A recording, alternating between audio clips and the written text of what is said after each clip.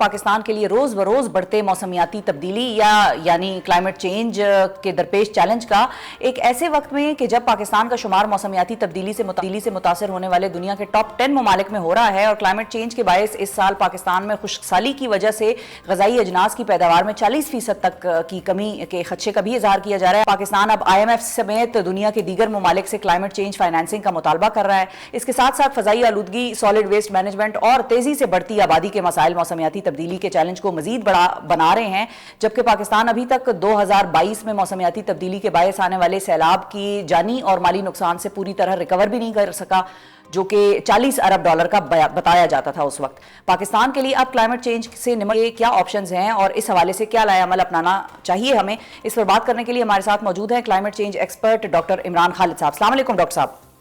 جی السلام علیکم شفا، کیسی ہیں؟ ہم تو ٹھیک ہیں، لیکن جو کلائمیٹ چینج ہے اس کے اثرات سے لگتا نہیں ہے کہ بہت عرصے تک ہم یا ساری دنیا ہی ٹھیک رہ پائے گی۔ Pakistan is one of those countries کے جو سب سے زیادہ افیکٹڈ ہوگا کلائمیٹ چینج سے، اس کی ایک جھلکی ہم نے 2022 کے فلڈز میں دیکھی۔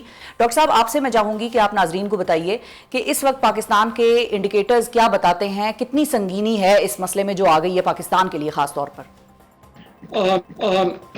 شفا، آپ اس بات سے اس کا اندیہ لگا سکتی ہیں کہ جی ہمارے ہاں جو فلڈ کے ایپیسوڈز ہیں وہ بتدریج بڑھتے چلے جا رہے ہیں اور زیادہ سے زیادہ لوگ اس سے متاثر ہو رہے ہیں۔ ڈراؤٹ کی سچویشن آپ کو پتہ ہے وہ بھی اب آ چکی ہے، اور اس سے بھی وہی کمیونٹیز افیکٹ ہو رہی ہیں جو کہ شاید کسی وقت سیلاب سے ہو رہی تھیں۔ وہ ولنریبل کمیونٹیز ہیں اکراس پاکستان۔ اربن ایریاز میں ہیٹ ویوز آ رہی ہیں۔ یہ جو سب چیزیں ہیں یہ لوگوں کو ڈسپلیس کر رہی ہیں۔ ہماری فوڈ سیکیورٹی جو ہے وہ رسک ہے، ہمارے جو واٹر کی اویلیبلٹی ہے اس پہ بہت بری طریقے سے اس پہ اثر ہو رہا ہے۔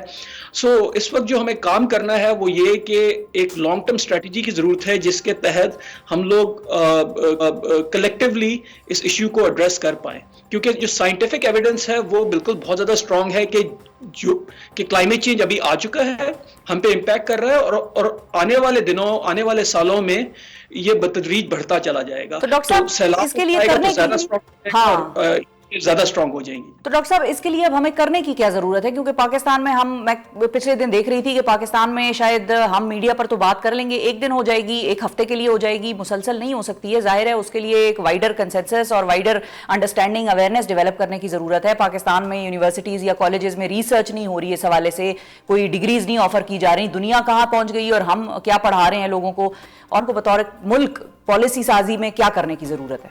اس کے اندر میں آپ سے دو چیزیں میں اس پہ بات کروں گا۔ ایک ہے جی کہ یہ جو کاز ہے اس کا وہ کیا ہے، وہ that is emissions, that is burning of fossil fuel, جو کہ دنیا بھر میں لوگ کر رہے ہیں، وہ پاکستان بھی کر رہا ہے۔ ہم کہتے ہیں کہ ہماری جو پولوشن لیولز ہیں وہ 1% سے کم ہے، لیکن ہم بھی کر رہے ہیں۔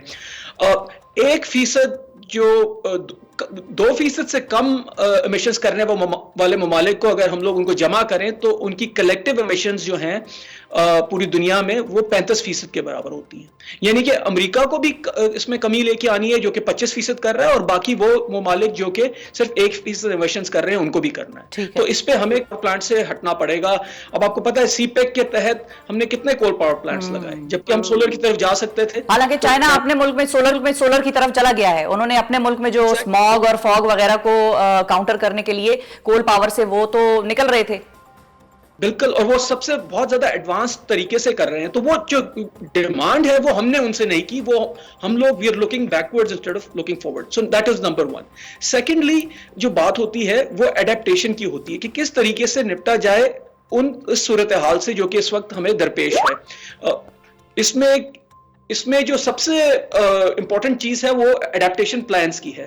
تو پچھلے 1-2 سال پہلے ہمارا ہاں نیشنل ایڈیپٹیشن پلان بن گیا۔ اب نیشنل ایڈیپٹیشن پلان تو ایک کلیکٹیو چیز ہے، پورے ملک کے لیے ہے، لیکن ہمیں لوکلائز ایڈیپٹیشن پلانز کی ضرورت ہے۔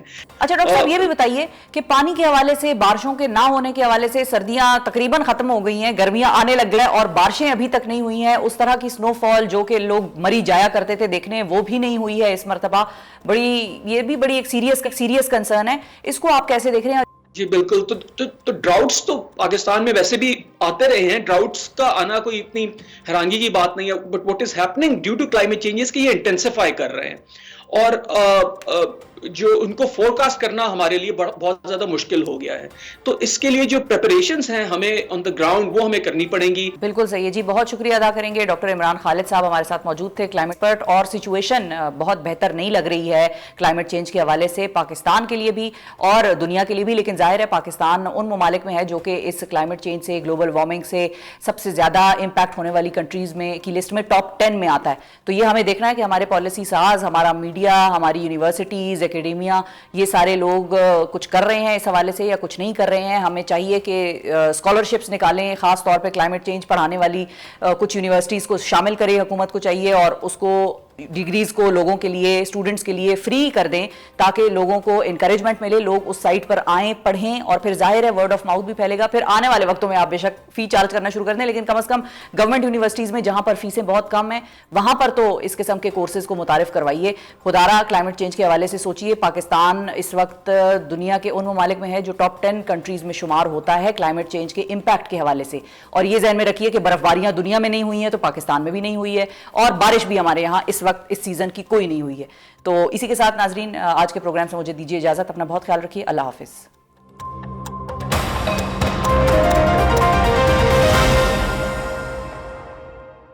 پچھلے دن دیکھ رہی تھی کہ پاکستان میں شاید ہم میڈیا پر تو بات کر لیں گے, ایک دن ہو جائے گی, ایک ہفتے کے لیے ہو جائے گی, مسلسل نہیں ہو سکتی ہے. ظاہر ہے اس کے لیے ایک وائڈر کنسنسس اور وائڈر انڈرسٹینڈنگ, اویئرنیس ڈیولپ کرنے کی ضرورت ہے. پاکستان میں یونیورسٹیز یا کالجز میں ریسرچ نہیں ہو رہی ہے اس حوالے سے, کوئی ڈگریز نہیں آفر کی جا رہی. دنیا کہاں پہنچ گئی اور ہم کیا پڑھا رہے ہیں لوگوں کو, اور ان کو بطور ملک پالیسی سازی میں کیا کرنے کی ضرورت ہے. اس کے اندر میں آپ سے دو چیزیں میں اس پہ بات کروں گا. ایک ہے جی کہ یہ جو کاز ہے اس کا وہ کیا ہے. سو وہ that is emissions, that is burning of fossil fuel, جو کہ دنیا بھر میں لوگ کر رہے ہیں, وہ پاکستان بھی کر رہا ہے. ہم کہتے ہیں کہ ہماری جو پولوشن لیولز ہیں وہ 1% سے کم ہے, لیکن ہم بھی کر رہے ہیں.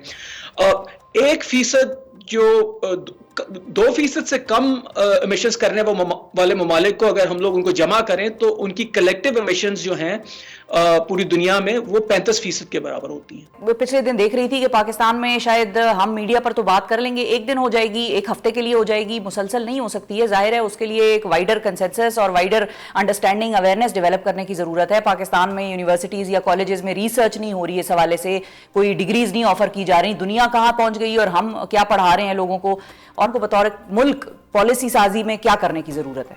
اس کے اندر میں آپ سے دو چیزیں میں اس پہ بات کروں گا. ایک ہے جی کہ یہ جو کاز ہے اس کا وہ کیا ہے. سو وہ that is emissions, that is burning of fossil fuel, جو کہ دنیا بھر میں لوگ کر رہے ہیں, وہ پاکستان بھی کر رہا ہے. ہم کہتے ہیں کہ ہماری جو پولوشن لیولز ہیں وہ 1% سے کم ہے, لیکن ہم بھی کر رہے ہیں.